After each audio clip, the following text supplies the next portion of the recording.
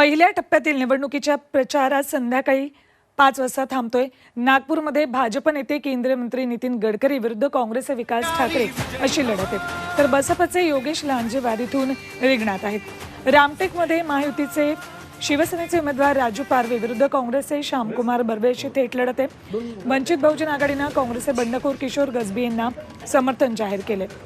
रामटेक लोकसभा मतदारसंघात आज उमरेड आणि कामठीमध्ये मुख्यमंत्री एकनाथ शिंदे यांचा रोड शो होतोय, तर गडकरींची संध्याकाळी 4:30 वाजता ताजबाग इथे मोठी सभा होणार आहे। ते जाऊयात नागपूरला। आपल्या सोबत आहेत आमचे प्रतिनिधी अमर काणे। अमर, बिग फाईट्स आहेत विदर्भात आणि पहिल्या टप्प्यातलं मतदान विदर्भात होणार आहे। नागपूर रामटेक या भागाकडे विशेष लक्ष आहे, काय अपडेट्स? अगदी अमृत नोनी गॅस्ट्रिन, अपचन, ऍसिडिटी, गॅस्ट्रबल ह्यापैकी तुम्हाला कुठलाही गॅस्ट्रिक प्रॉब्लेम झाला, उपाय एकच, अमृत नोनी गॅस्ट्रिन। बरोबर आहे। पूर्व विदर्भातल्या सगळ्या लढती आहे, प्रतिष्ठेच्या लढती आहे। केंद्रीय मंत्री नितीन गडकरी, सुधीर मुनगंटीवार हे सगळे रिंगणात आहे आणि आज अखेरच्या टप्प्यात आहे। रामनवमीचा दिवस आहे। सर्व नेते जे आहेत ते नागपुरातील पोद्दारेश्वर मंदिरामध्ये आज दर्शन घ्यायला जाणार आहे, म्हणजे सर्व पक्षीय नेते जाणार आहे, कारण की मोठा अशी एक शोभायात्रा तिथून निघत असते।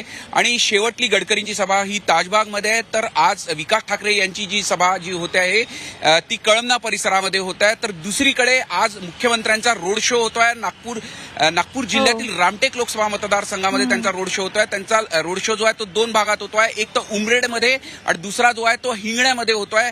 त्यामुळे दोन्हीकडे दिग्गज नेते मैदानात उतरलेले आहे। काँग्रेसकडूनही जोरदार असा प्रचार शेवटल्या क्षणापर्यंत, म्हणजे संध्याकाळी 6 पर्यंत या संपूर्ण प्रचार सभा सुरू होणार आहे आणि त्यानंतर प्रचार थंडावणार आहे। हे संपूर्ण नागपूर आणि रामटेकचं चित्र आहे। तसंच चित्र भंडारा गोंदियामध्ये सुद्धा संध्याकाळी 6 पर्यंत भाजपाचे तिथले स्थानिक नेते पूर्ण जोर लावणार आहे आणि एकूणच प्रचाराची रणधुमाळी शेवटल्या क्षणापर्यंत रंगणार आहे। आज रामनवमीचा दिवस असल्यामुळे त्याचा एक वेगळा उत्साह आणि त्याचा सुद्धा एक वेगळ्या पद्धतीने प्रयत्न सुद्धा सर्व राजकीय पक्ष करताना दिसून येईल। अगदी बरोबर। रामनवमी आणि प्रचाराचा शेवटचा दिवस, काही तास उरलेले आहेत, त्यामुळे एक वेगळा जोश आणि उत्साह या सगळ्या नेत्यांमध्ये, उमेदवारांमध्ये आणि कार्यकर्त्यांमध्ये सुद्धा दिसणार आहे।